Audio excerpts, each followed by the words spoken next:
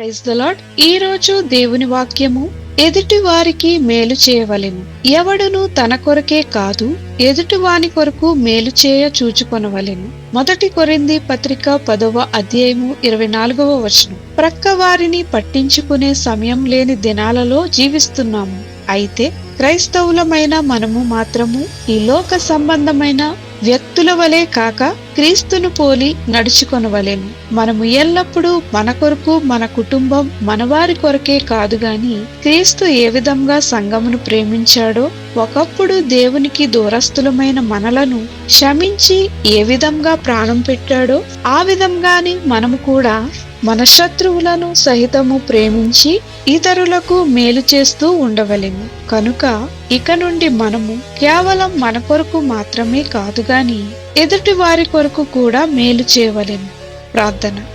ప్రభువైన యేసు, ప్రతి ఒక్కరిని ప్రేమించి మేలు చేసే హృదయాన్ని మాకు దయచేయమని యేసు నామములో అడుగుచున్నాము తండ్రి.